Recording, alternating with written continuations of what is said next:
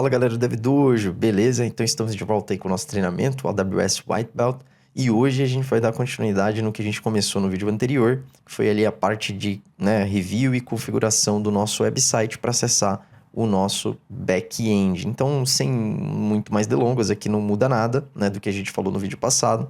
A gente vai partir aqui então para o nosso console da AWS, lá de onde a gente parou, e vamos dar continuidade aqui agora com a parte de criação de fato do nosso front-end, de onde ele vai ficar e tudo mais. Então, primeira coisa que eu vou fazer aqui é, eu vou voltar aqui para a parte inicial do nosso console. Sempre que eu quiser fazer isso, basta clicar ali, tá? No ícone da AWS. E aí, um passo aqui importante vai ser a criação do nosso bucket S3, Como a gente tinha dito, é ele quem vai hospedar o nosso website. Então, se eu entro aqui no serviço S3, vocês vão ver que eu já tenho um bucket, que inclusive é por conta dele, que tem aquela cobrança de custo lá, depois a gente vai falar melhor disso, Mas quando você abrir aqui, vai estar sem nada criado, E aí você vai precisar criar no botão Create, clicar ali no botão, Create Bucket. E aí quando você clica nesse botão Create Bucket, ele vai te pedir aqui algumas informações. Mas só para a gente recapitular. Então, o que é esse S3? De novo, ele é um storage de objetos. Qualquer tipo de objeto, qualquer formato, qualquer arquivo que você quiser colocar lá dentro, vídeo, vai ficar lá, A maneira como você coloca, como você organiza dentro do S3, também é você quem define, Tem algumas regrinhas, tem algumas, não digo nem regrinhas, mas alguns detalhes ali, que a gente não vai entrar muito no conceito agora, porque aqui a gente vai usar o recurso simples do Bucket S3, que é o Static Hosting Website, ou seja, eu vou hostear, vou usar o S3 como host para acesso do nosso website. Como que isso vai funcionar? Basicamente, a gente vai criar um nome, e esse nome tem um detalhe. Todo bucket, ele precisa ser um nome único. Então, se eu tentar colocar aqui AWS 101, provavelmente já vai ter algum bucket com esse nome dentro aqui, da região que a gente vai selecionar. E salvo engano, o nome do bucket ele é global. Ele vai servir como um DNS, como um Domain Name Server. Ele vai ser criado, claro, todo um domínio ali, vocês vão ver, quando a gente publicar esse website, aqui dentro do S3 como público, ele vai criar lá uma URL para a gente acessar, e nessa URL vai estar esse nome aqui também. Então, se eu botar, por exemplo, a AWS 101, vou deixar aqui só para vocês verem como não deve funcionar. E aí, por padrão, ele vem com toda essa parte aqui de configurações de permissões para acesso público bloqueada, tá? Por default, ele já vem com tudo isso aqui bloqueado. E por quê? Porque a própria AWS ela já te tenta fazer as coisas da maneira melhor possível aqui quando você está criando pelo console. E bloquear todo o acesso público é, de certa forma, uma segurança a mais ali para quem está criando o bucket. Porque pensa que, dependendo das configurações que você fizer aqui no seu bucket, você pode estar dando acesso, permissão para alguém vir no seu bucket, copiar os dados que estão lá, acessar o dado que está lá. Ou, às vezes, até colocar alguma coisa dentro, que é mais perigoso ainda, Então, o que a gente vai querer fazer aqui nesse caso é liberar só o necessário para o funcionamento do nosso website ali, através do S3. Para isso, o que a gente vai liberar, então? A gente vai ter que liberar aqui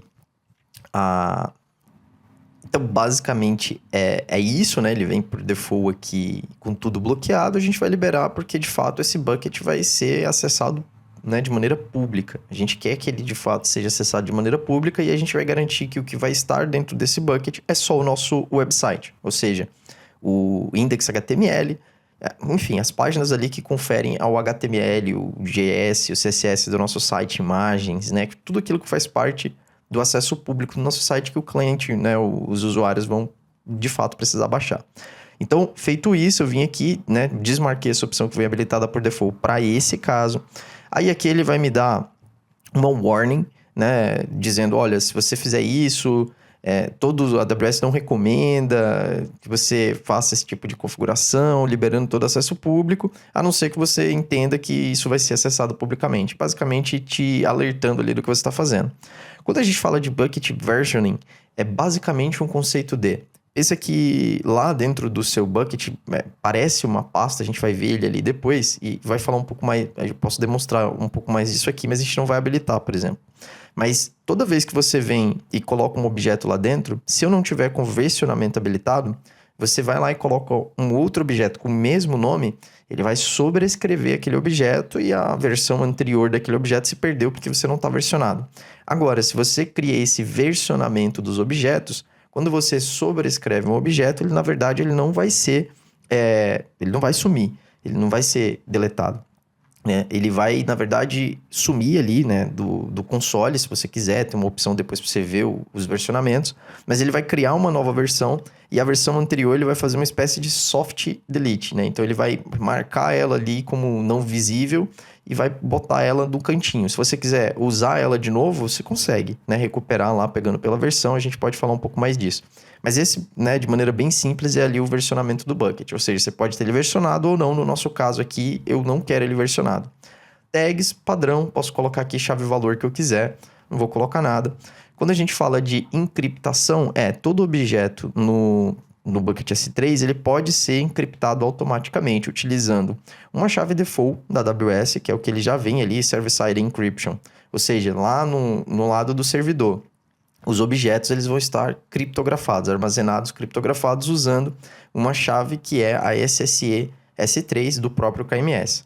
Do próprio S3, desculpa. Agora, se eu quiser utilizar o KMS, que é um serviço de gestão aqui de chaves, né?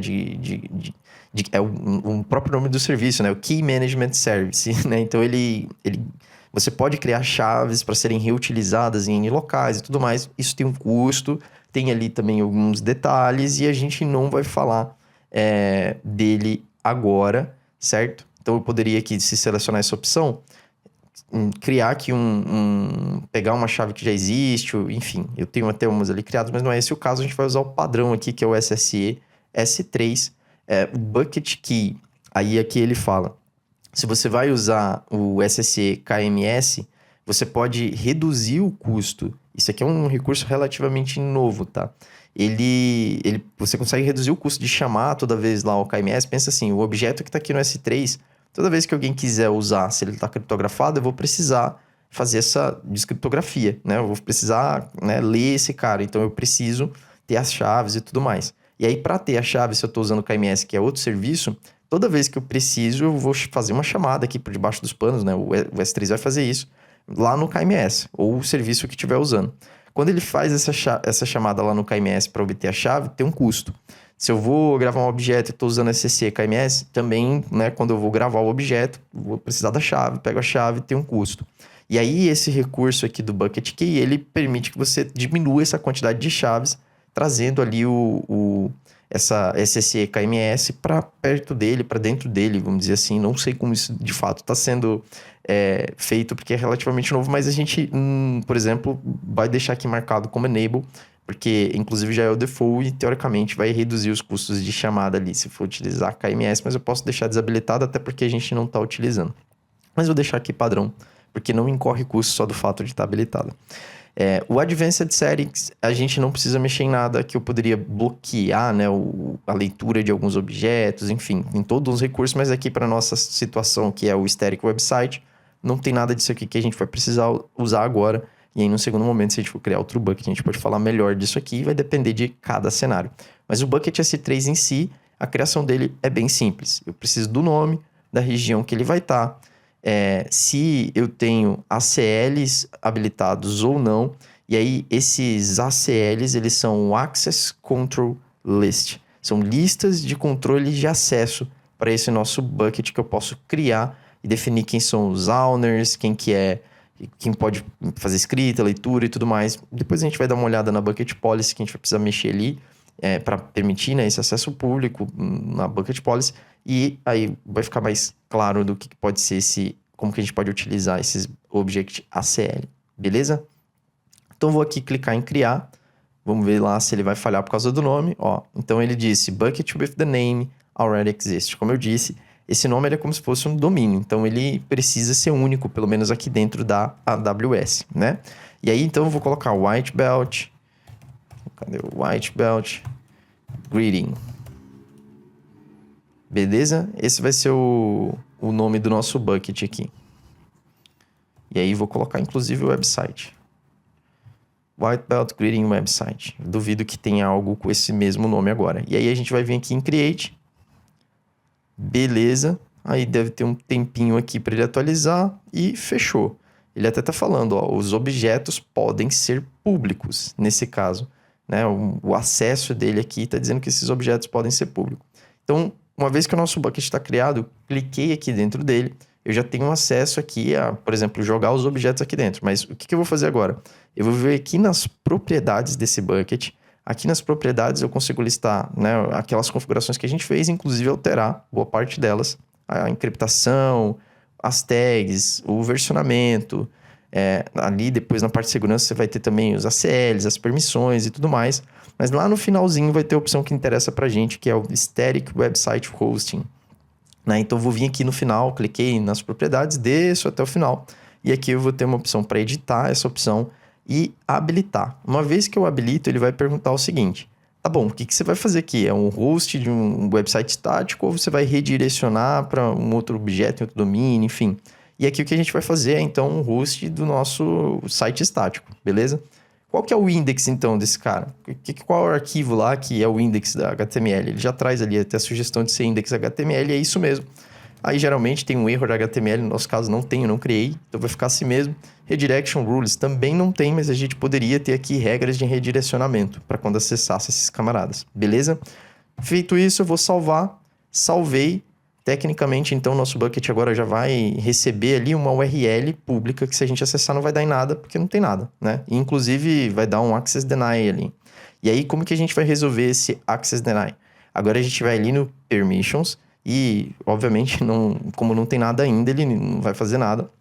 Mas aqui nas permissões do bucket, ou seja, a gente tem a Bucket Policy, que é diferente daquelas policies do IAM que a gente tinha feito lá anteriormente. Aqui também eu posso alterar, se eu precisar, aquela parte de Block Public Access, que a gente, por default, já criou desabilitado, mas se você foi lá, criou com tudo bloqueado, você pode vir aqui editar e habilitar ou desabilitar, se você precisar.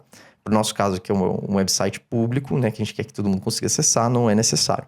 Então, aqui na Bucket Policy, eu vou particularmente copiar e colar o que eu já tinha preparado aqui, vou clicar no Edit e vou digitar aqui a minha Bucket Policy. O que eu estou dizendo aqui nessa Bucket Policy? Lembrando lá, bem parecido com o que a gente fez do IAM. Eu tenho o statement, esse statement ele tem um nome, e aí ele está dizendo Public Read Get Object, ou seja, eu estou permitindo que consigam ler os objetos aqui dentro. Para qual principal? Anyway, para qualquer coisa. E a action é o get object. E aqui eu teria o nome do bucket para garantir que essa policy é só desse bucket, né, para esse recurso. Então eu posso colocar aqui o nome desse nosso bucket no lugar do que estava ali. E fechou. Isso aqui é a nossa bucket policy bem simples para permitir que qualquer lugar, né, todo mundo consiga acessar e fazer o get object aqui dos nossos objetos, inclusive lá depois da nossa CDN. Show? Então, feito isso aqui, agora sim, teoricamente, eu já posso copiar aqui os arquivos do nosso website. Onde estão os arquivos do nosso website? Vou abrir aqui agora o GitHub, vou pegar lá o Greeting Service, né, aquele nosso repositório, onde está a nossa aplicação, e aqui eu fiz algumas alterações. Quais foram as alterações? Eu peguei toda a parte do back-end e joguei dentro dessa pasta app e criei uma pasta nova chamada client. Esse client é onde está o nosso front-end, certo? Então, se eu olhar aqui, eu tenho basicamente 3 arquivos: o index, o style e o greeting API, beleza? Aí, você pode clonar ali o repositório do projeto, né, dentro do seu serviço. E aí, no caso, não do seu serviço, mas aí da sua máquina. E aí, você vai abrir essa estrutura do projeto, vai ter lá a pasta client e você vai copiar tudo que está dentro da pasta client aqui, o index, o HTML, o style CSS, o greeting API JS, e vai jogar lá dentro, né, do nosso bucket S3. Então, eu vou abrir aqui o root aqui do nosso, né, clica aqui em objects do nosso S3, vou copiar todos esses arquivos aqui, só clicando e arrastando lá dentro. Ó. Automaticamente ele já vai aparecer ali na telinha pra gente, né, com as informações do que a gente está subindo, e vou fazer o upload. Então, isso aqui é rapidinho, terminou esse upload, eu venho aqui no Greeting Website, posse lá nas propriedades, lá no final da página, de novo vai ter aquela URL para a gente acessar esse cara. Se eu clico aqui, basicamente até já funcionou, né? Eu deixei configurado com o endereço do meu ALB, né? O link ali do... Eu vou abrir ali o código do JS que faz essa chamada aqui para o nosso back-end, né? E ele está chamando o nosso ALB. Então, basicamente, o que eu fiz aqui já permitiu que a gente acessasse, então, o nosso front-end e o front-end está falando com o nosso back-end. Então, vou olhar lá no código do Greetings API JS. Aqui tem um API URL. Na verdade, aqui está localhost. Então, no repositório está localhost, mas aqui localmente eu abri o arquivo. E aí, vou pegar aqui, ó. Vou mostrar aqui para vocês. Vou abrir aqui esse arquivo com o Visual Studio Code para a gente dar uma olhada. Quando eu abro aqui esse arquivo, o endereço aqui que tá é o endereço lá da nossa API mesmo, inclusive com o API/greeting, né? Mas esse domínio aqui que ele está chamando, se você olhar, é o nosso ALB. E aí, como que você obtém esse endereço do ALB? Voltamos lá no nosso console da AWS, né? Vou pegar aqui a parte do nosso cluster ECS. A gente, inclusive, já viu isso, tá aqui do outro lado, se eu não me engano, ó, essa URL que a gente acessou. Mas eu tenho, né, puta, esqueci onde vejo aqui o endereço que eu preciso colocar ali no meu front-end. Venho aqui no meu serviço, né, o serviço que eu quero chamar lá através do nosso front-end. Venho na parte de network, aqui tá o URL do ALB que ele tá configurado. Poderia ir direto no ALB, mas aqui eu garanto que eu tô pegando o ALB que esse serviço de fato tá utilizando. Se na conta tivesse mais de um, às vezes poderia gerar confusão, até porque os nomes podem ficar embananados ali. Mas é basicamente isso. Então, peguei aqui essa URL, coloquei aqui o endereço e botei a API Greeting, subi lá para o nosso servidor. E aí, se você quiser ver esse código, é muito simples. É basicamente a chamada lá nessa API, né, para trazer o JSON e aí converte aqui para o nosso index HTML e poder listar as greetings ali, como vocês viram. Né? Então, aqui claramente, coloquei uma parte de add aqui para você ter uma noção. Eu olhei pro Twitter e falei, cara, como que o Twitter era? Ele tinha uma caixinha, um post, um limite de caracteres e ele estava embaixo. Então, o Greetings aqui é uma cópia fake do Twitter com a parte de add só pro que interessa, que é o Dev2 Academy. Beleza? Então, gente, basicamente é isso. A gente já botou o nosso website para rodar. Se fosse o teu website e o teu back-end, uma coisa que você tem que ficar atento é lá no código do seu back-end para controller que vai ser acessada pelos nossos sites, eles precisam ter o cross-origin habilitado. Se você não sabe o que é o cross-origin, é aquele bloqueio lá, né, dos nossos browsers, dos nossos, inclusive back-end também, que não permite acesso de origens diferentes do que a gente configurar. Se eu não tenho essa configuração aqui, ele vai forçar que fosse a mesma origem que está acessando aqui esse back-end. O que é a origem? É o domínio, é o URL, é o endereço que está acessando. Se eu venho e coloco esse asterisco, eu estou dizendo, não, qualquer lugar, né, qualquer endereço pode acessar esse cara. E por causa dessa API, é o que a gente quer, de fato. Então, se você fez aí o seu servicinho Spring Boot por você mesmo e deu falha ali, fez o teu front-end ou está usando esse mesmo para chamar ali a tua aplicação, se der algum erro de CORS, né, que é como chama esse cross-origin, você pode vir aqui e habilitar esse asterisco, enfim, um outro endereço, que poderia ser inclusive o endereço ali de onde está ficando o nosso front, mas eu deixei já o asterisco para facilitar e a gente não precisar ficar trocando isso aqui, até porque ainda não temos um domínio bem definido. Beleza? Então, para o vídeo de hoje, basicamente é isso. Então, recapitulando, a gente fez a criação do nosso Bucket S3 para hostear o nosso website estático. Esse website ele é acessível através de uma URL que foi criada aqui pelo nosso S3, e aí no próximo vídeo a gente vai fazer a configuração da nossa CDN, ou seja, o CloudFront que vai pegar essa URL, encapsular aqui o nosso website e tudo mais, e deixar ele disponível para ser acessado até em pontos de presença, outras localidades ali, e a gente vai falar um pouco mais disso no próximo vídeo. Então, para o vídeo de hoje é isso. Se você curtiu, deixa seu like. Se não curtiu, deixa seu comentário e a gente vai observar aí para poder estar melhorando. E um forte abraço, até a próxima.